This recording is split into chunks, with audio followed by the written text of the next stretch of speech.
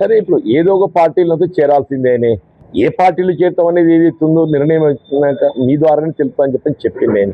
So ఒకప్పుడు ఏదైతున్నదో ఆనాడు మార్పు రావాలి, కేసీఆర్ పోవాలనే నినాదంతో ముందుకు పోయింది. ఇవాళ పరిస్థితి చూస్తుంటే మార్పు రావాలి, రేవంత్ రెడ్డి పోవాలనే నినాదం వస్తుందని అంటారు. పరిస్థితి ఆనాడికి నన్ను మార్పు చూడండి అంటారు మీరు. ఆనాడు మార్పు రావాలి, కేసీఆర్ పోవాలనే నినాదంతో ముందుకు పోతే ఇవాళ ఏమొస్తుంది నినాదం? మార్పు రావాలి, రేవంత్ రెడ్డి పోవాలనే కాడికి వచ్చింది.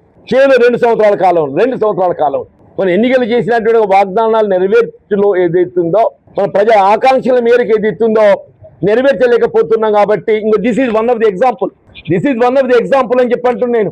రేవంత్ రెడ్డి గారి నిర్లక్ష్య పాలనకు ఇదొక అర్థం పడుతుందని చెప్పంటున్నాను. రేవంత్ రెడ్డి గారి నిర్లక్ష్య పాలనకు సంక్షేమ కార్యక్రమాల అమలు ఒక అంశం, ఇలా ప్రాజెక్టుల నిర్వహణ అనేది ప్రధానమంటున్నది. అటువంటి ప్రాజెక్టుల నిర్వహణకు సంబంధించి కేవలం ఉత్తర తెలంగాణకి పరిమితం కాకుండా యావత్ తెలంగాణకు జీవనాధారమైనటువంటి ఇవాళ ఈ ప్రాణహిత నది జలాల వినియోగంలో ఏదైతుందో రాష్ట్ర ప్రభుత్వం దృష్టి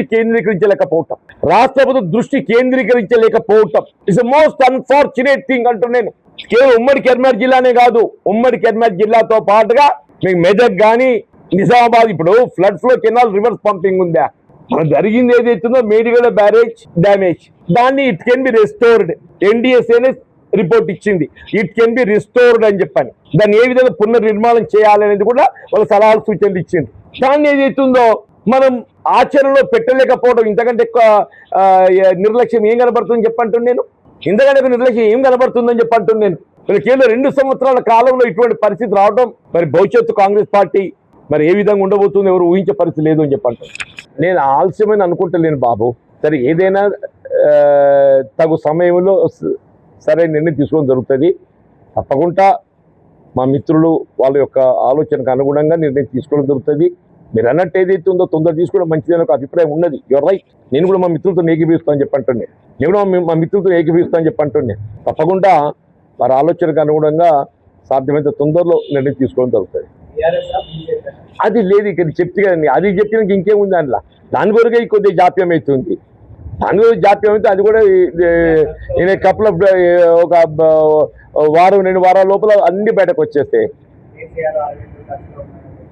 అదైతే మీరు openly they gave statement. Really వాళ్ళ నాపై చూపే అభిమానం అనేది నేను నిజంగా వాళ్ళకు ధన్యవాదాలు చెప్తాను బోత్.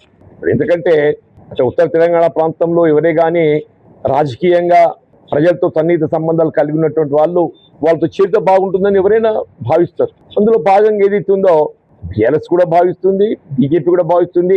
కానీ నా ఆలోచన ఒకటి చెప్తా కదా, నేను ఏ మార్పు రావాలని కోరుకుంటున్నామో ఆ మార్పు ఎవరితో సాధ్యమైతే, ఇప్పుడు మార్పు అనేది ఏదైతే ఉందో రేవంత్ రెడ్డి గారు పోవాలనే దాన్ని సూచిక కనబడుతుంది. మార్పు అనేది ప్రధానంగా ఇప్పుడు రేవంత్ రెడ్డి గారు పోవాలి. రేవంత్ రెడ్డి పోవాలంటే అప్పుడు కాంగ్రెస్ పార్టీతోని కేసీఆర్ పోతాడు అని చెప్పని భావించాను, కాంగ్రెస్ పార్టీకి అండగా నిలిచాను. మరి రేవంత్ రెడ్డి గారు పోవాలంటే ఏ పార్టీకి అండగా నిలవాలని కూడా ఆలోచన చేయాలి కదా. That's why little time.